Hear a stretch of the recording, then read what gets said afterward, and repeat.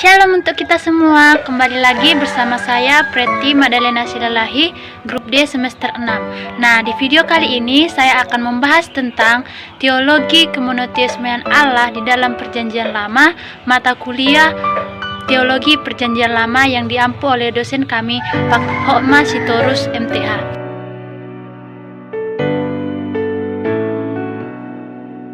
Nah, baiklah, di sini saya akan membahas tentang teologi kemonoteismean Allah di dalam Perjanjian Lama. Di sini ada 5 pertanyaan dari adik-adik sekalian.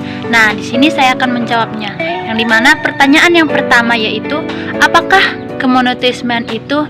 Nah, sebelum kita masuk ke pengertian monoteisme, di sini kita akan mengetahui dari mana asal dari kata monoteisme ini.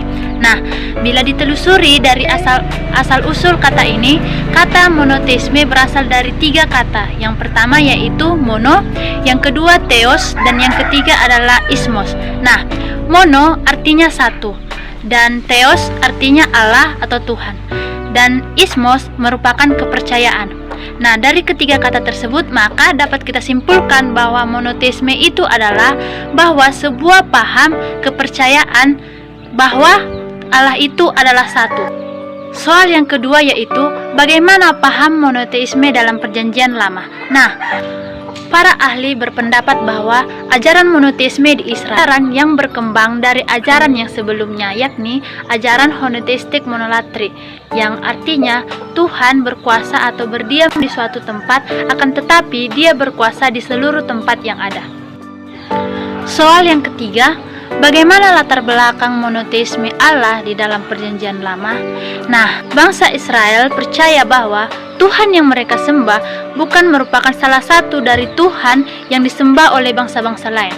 Mereka percaya bahwa Tuhan yang mereka sembah merupakan Tuhan yang berkuasa bukan atas bangsa mereka sendiri, akan tetapi berkuasa atas bangsa-bangsa lain. Nah, pada masa itu banyak ilah-ilah lain yang disembah oleh bangsa-bangsa yang lainnya, akan tetapi bangsa Israel ini percaya bahwa Tuhan mereka hanyalah satu. Nah, di sini ada penyebutan Tuhan oleh bangsa Israel, yaitu Yahweh dan El. Pada mulanya, Yahweh dan El ini merupakan suatu penyebutan Tuhan yang berbeda, yang dimana bahwa El merupakan Allah yang paling tinggi, Allah yang maha tinggi, yaitu Elohim. Nah, akan tetapi seiring berjalannya waktu, penyebutan Tuhan ini, Yahweh dan El ini disamakan. Pada mulanya, El ini merupakan nama Tuhan yang berasal dari bangsa mereka sendiri, yakni yaitu Israel. Nah, El ini diambil dari nama Tuhan yang berasal dari bangsa mereka sendiri, yakni yaitu Israel. Nah, El ini diambil dari nama bangsa tersebut. El merupakan sebutan kepada Dia yang maha tinggi. El merupakan sebutan terhadap Tuhan yang maha tinggi, karena El yakni yaitu Elohim merupakan Dia yang maha tinggi.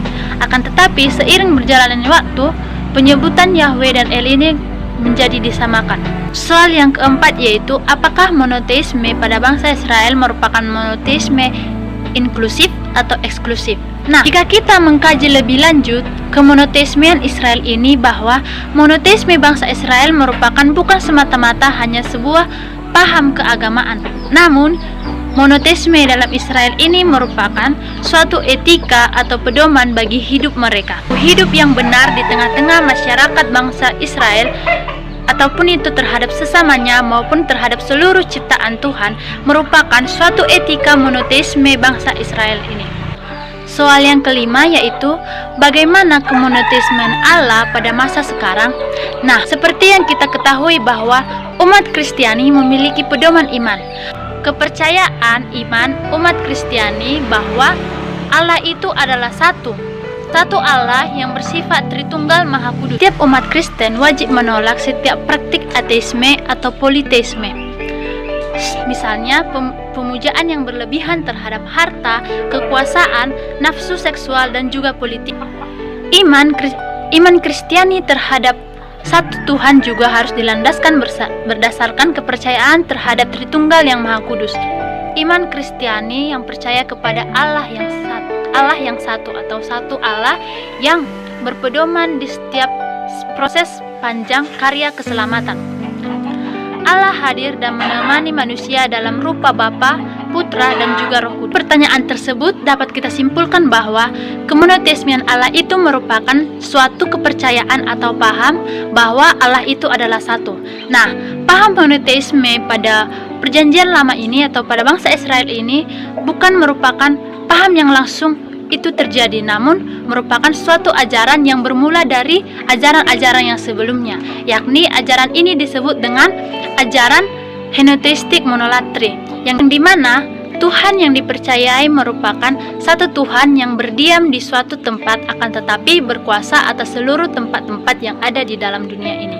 Nah, adapun yang melatar belakangi munculnya monoteisme ini yakni pada masa itu bangsa Israel percaya bahwa Tuhan yang mereka sembah itu hanyalah satu.